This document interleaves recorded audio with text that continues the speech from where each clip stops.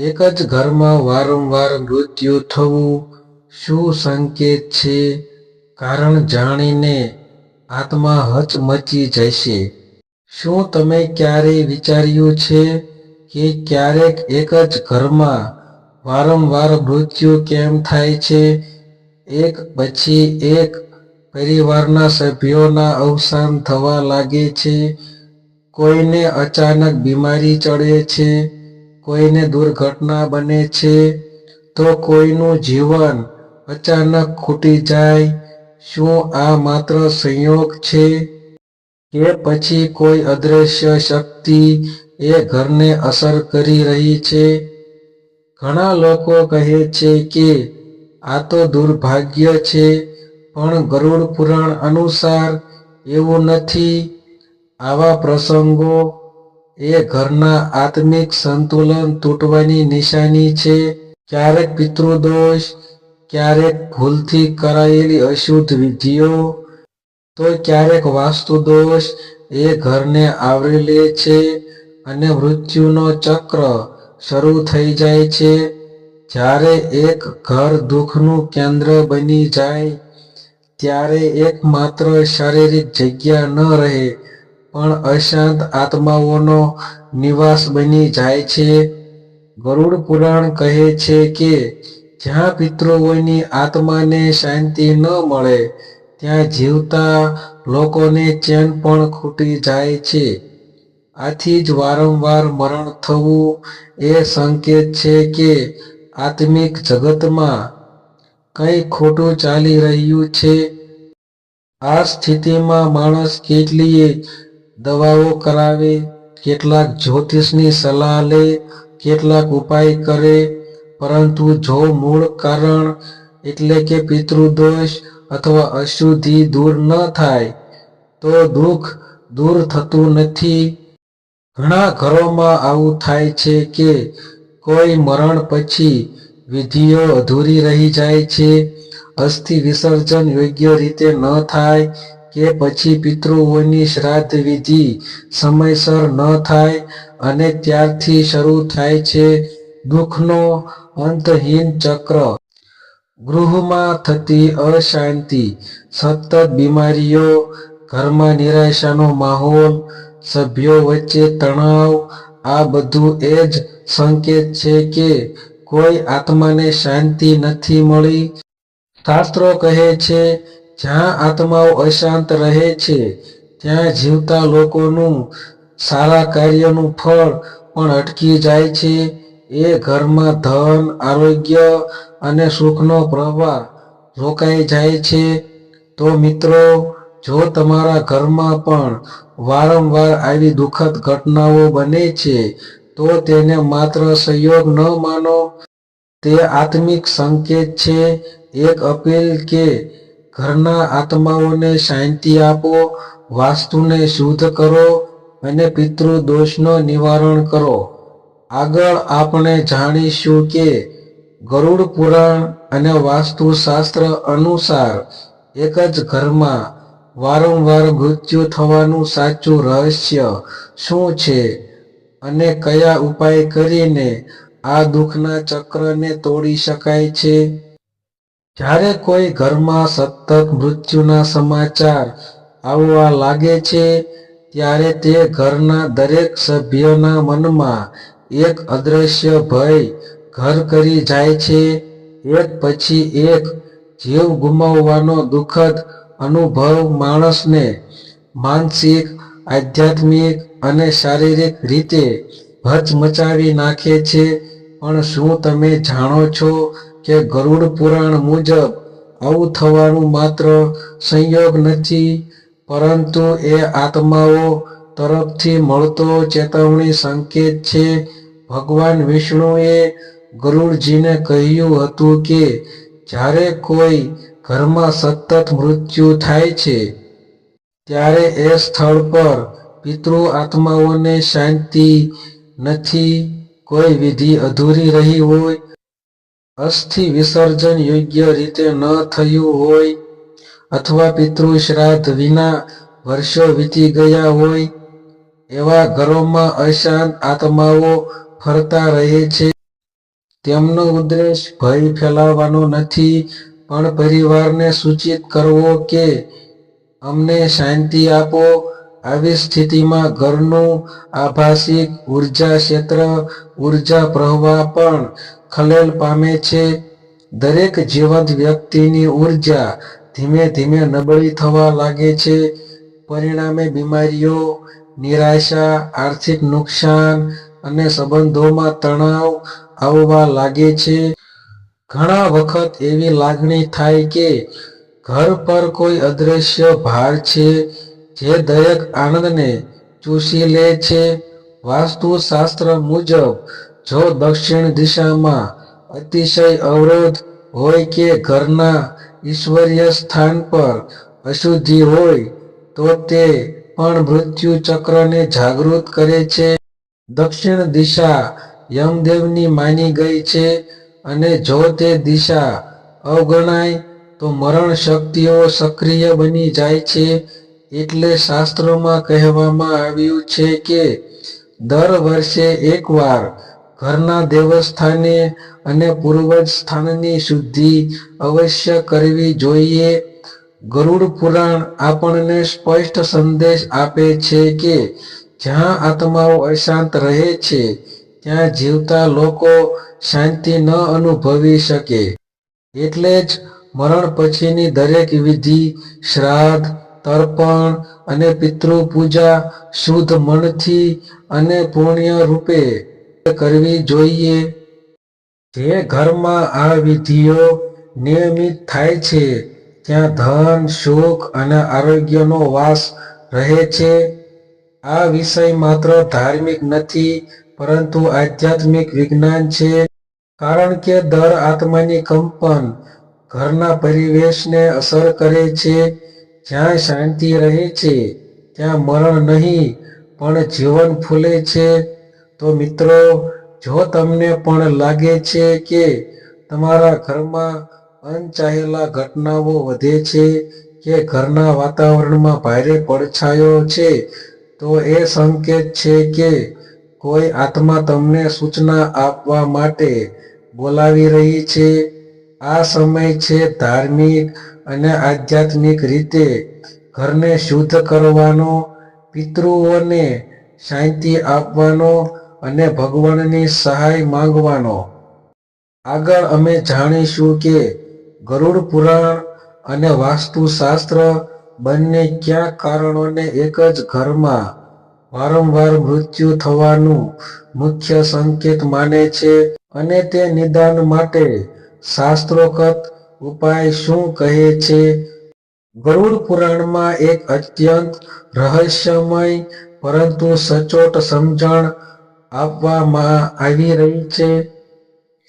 જ્યાં વારંવાર મૃત્યુ થાય છે, ત્યાં કંઈક અધૂરું રહે છે. મૃત્યુ હંમેશા અંત નથી, પરંતુ આત્માની યાત્રાનો એક તબક્કો છે. જ્યારે આત્મા અધૂરી ઈચ્છાઓ, અધૂરા કર્મો અથવા અધૂરા સંસ્કારોથી બંધાયેલી રહે છે, ત્યારે તે ઘરમાં જ પોતાની હાજરી અનુભૂતિ કરાવે છે. આ જ કારણ છે કે કેટલાક ઘરોમાં શાંતિ લાંબા સમય સુધી સ્થિર થતી નથી. નંબર 1, પિતૃદોષ અને અશાંત આત્માઓનો સંકેત. ગરુડ પુરાણ અનુસાર, જો ઘરમાં વારંવાર મૃત્યુ થાય, તો તે પિતૃદોષનો પ્રથમ સંકેત ગણાય છે. જ્યારે પિતૃઓની આત્માઓને યોગ્ય રીતે તર્પણ, શ્રાદ્ધ અથવા તીર્થમાં અસ્થિ વિસર્જન મળતું નથી, ત્યારે તેઓ અશાંત બની જાય છે. આવી આત્માઓ પોતાના સંતાનને કોઈ રીતે સૂચના આપે છે કે અમને સ્મરણ કરો. વારંવારના મૃત્યુ એ ચેતવણી રૂપે આવે છે કે પિતૃ સંતોષી નથી. આ સ્થિતિમાં ગાયને દાન કરવું, પિતૃતર્પણ કરવું અને ગંગા જળના છાંટો ઘરના ખૂણે ખૂણે કરવો ખૂબ લાભદાયી ગણાય છે. નંબર 2, વાસ્તુ દોષ અને દક્ષિણ દિશાનો અસંતુલન. વાસ્તુશાસ્ત્ર કહે છે કે જો ઘરમાં દક્ષિણ દિશા બંધ હોય, અંધકારમય હોય કે ત્યાં કોઈ જળ વસ્તુઓ રાખવામાં આવી હોય તો યમ દિશાની ઉર્જા અશુદ્ધ થાય છે. આ ઉર્જા જીવિત આત્માઓ પર અસર કરે છે. દક્ષિણ દિશા હંમેશા પ્રકાશિત અને શુદ્ધ હોવી જોઈએ. અહીં કોઈ કચરો, જૂના કપડાં, તૂટેલા વાસણો ન હોવા જોઈએ. દર મહિને દક્ષિણ દિશામાં દીવો પ્રગટાવવો અને હળદર, કંકુથી પૂજન કરવું મૃત્યુ ચક્રને રોકે છે. નંબર 3, નકારાત્મક ઉર્જા અને કર્ણકંડનનો અભાવ. ઘણા ઘરોમાં નાની ઉંમરના બાળકોના કર્ણકંડન મુંડન સંસ્કાર અથવા જન્મના શુભ સંસ્કારો અધૂરા રહે છે. ગરુડ પુરાણ કહે છે કે જ્યારે આ સંસ્કાર અધૂરા રહે છે ત્યારે વ્યક્તિના શરીરમાં પ્રાણ શક્તિ અધૂરી રીતે વહે છે અને તે ઘરમાં પણ અશાંતિ લાવે છે. તેથી દરેક બાળકના સંસ્કાર સમયસર કરાવવાથી પવિત્રતા અને જીવન શક્તિ સ્થિર રહે છે. નંબર 4, આરોગ્ય સમય અને તિથિમાં મરણ વિધિ કરવી. ઘણા વખત લોકો અજ્ઞાનવશ મરણ પછીની વિધિ યોગ્ય તિથિ અને નક્ષત્ર વિના કરે છે. ગરુડ પુરાણ કહે છે કે જો મરણ વિધિ અનુકૂળ સમય વિના થાય તો આત્મા યાત્રા અધૂરી રહે છે. એ આત્મા પુનઃ એ જ ઘરમાં વળે છે અને તેના આવી ભારવાથી બીજું મરણ બને છે. એટલે જ પુરાણો કહે છે વિધિ વિના વિદાય ફરી વાપસી લાવે છે. નંબર 5, ઘરમાં અતિશય રડવું, વિલાપ કરવો અને અંધકારમાં રહેવું. આત્મા વિદાય લેતી વખતે ઘરમાં જો અત્યંત વિલાપ થાય કે ઘરમાં સતત અંધકાર રાખવામાં આવે તો એ આત્માની શાંતિમાં અવરોધ સર્જે છે. કારણ કે દરેક આંસુ એક સંવેદનાત્મક બાંધી તરીકે રહે છે. આત્મા એ બંધન તોડવા ઈચ્છે છે પરંતુ માનવીની વેદના એને અટકાવે છે. તેથી શાસ્ત્ર કહે છે કે વિલાપ ઓછો અને પ્રાર્થના વધુ કરવી. નંબર 6, આધ્યાત્મિક સંતુલનનો અભાવ. ઘરમાં જ્યાં નિયમિત રીતે જપ, પાઠ, દીવો અને ધૂપ થાય છે ત્યાં યમદ્વાર ક્યારેય ખુલે નહીં. ગરુડ પુરાણ કહે છે કે યત્ર ભગવતી સ્મૃતિ તત્ર મૃત્યુ ન શક્તિ. એટલે દર સવાર ભગવાનનું નામ લેવું, સાંજે દીવો કરવો અને અઠવાડિયામાં એકવાર ગરુડ પુરાણના અધ્યાય સાંભળવા આત્મીય શાંતિ લાવે છે અને મરણ ચક્ર અટકાવે છે. નંબર 7, માનવીના પોતાના કર્મો અને ઘરની સંયુક્ત કર્મ યાત્રા. કેટલાક ઘરોમાં પેઢી દર પાપ કે અધર્મના કાર્યો થયેલા હોય છે, જેમ કે અન્યને નુકસાન કરવું, અન્નનો અપમાન અથવા ગાય બ્રાહ્મણનો અપમાન. આ પ્રકારના સંયુક્ત પાપના પરિણામે ઘરમાં વારંવાર દુઃખદ ઘટના બને છે. આવા ઘરમાં ભૂતકાળના કર્મોનું શુદ્ધિકરણ જ ઉપાય છે. ભગવાન વિષ્ણુનો શાંત જપ, ગંગા જળથી ઘરની શુદ્ધિ અને ભોજન પહેલા અન્ન દેવતાને સ્મરણ કરવું પાપનાશક માનવામાં આવે છે. નંબર 8, ઘરના દેવસ્થાનમાં અશુદ્ધિ અથવા ઉપેક્ષા. ઘણા લોકોના ઘરમાં દેવસ્થાન, પૂજા ઘર હોય છે પણ ત્યાં ધૂળ, તૂટેલી મૂર્તિઓ અથવા અનિચ્છિત વસ્તુઓ પડેલી રહે છે. ગરુડ પુરાણ કહે છે યત્ર દેવ ન પૂજાય તત્ર યમ વિહરે. એટલે ઘરના દેવસ્થાનને હંમેશા સ્વચ્છ રાખો, રોજ દીવો પ્રગટાવવો અને અઠવાડિયામાં એકવાર ગંગાજળના છાંટો. આ ઉપાયથી અશુદ્ધ આત્માઓ દૂર રહે છે. નંબર 9, ઘરમાં નકારાત્મક વિચાર અને ઉર્જાનો જમાવટ. જ્યાં સતત ઝઘડો, દુઃખ અને નિરાશા રહે છે, ત્યાં આત્મીય શાંતિ ટકે નહીં. આધ્યાત્મિક ઉર્જા હંમેશા શુદ્ધ વિચારોથી જન્મે છે. એટલે પરિવારના દરેક સભ્યે રોજ સવારમાં ભગવાનના નામનો સ્મરણ કરીને આજે ઘરમાં શાંતિ રહે એવો સંકલ્પ લેવો જોઈએ. નંબર 10, ઘરની ભૂમિ પર થયેલી આરોગ્ય વિધિઓ. ગરુડ પુરાણ કહે છે કે જો ઘરની જમીન પહેલા કોઈ અસંતુલિત ક્રિયાઓ માટે ઉપયોગમાં લેવાઈ હોય, જેમ કે આરોગ્ય રીતે સમાધિ, રક્તપાત અથવા અશુદ્ધ વિધિ, તો એ ભૂમિ ઉર્જા મૃત્યુ ચક્રને પ્રેરિત કરે છે. ઉપાય તરીકે એવી ભૂમિ પર ગંગાજળથી અભિષેક, તુલસી વાવવી અને વિષ્ણુ સહસ્ત્રનામ પાઠ કરવો જરૂરી છે.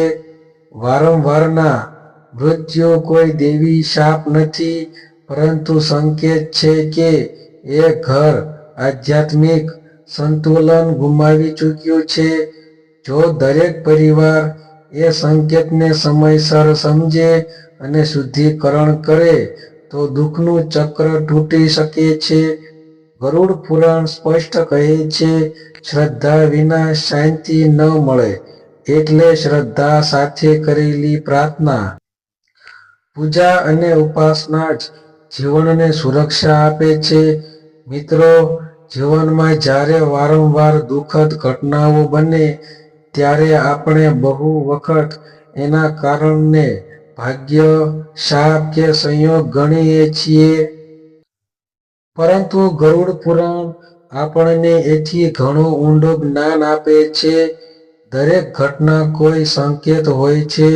કોઈ અદૃશ્ય શક્તિ આપણને કંઈક સમજાવવા માંગતી હોય છે.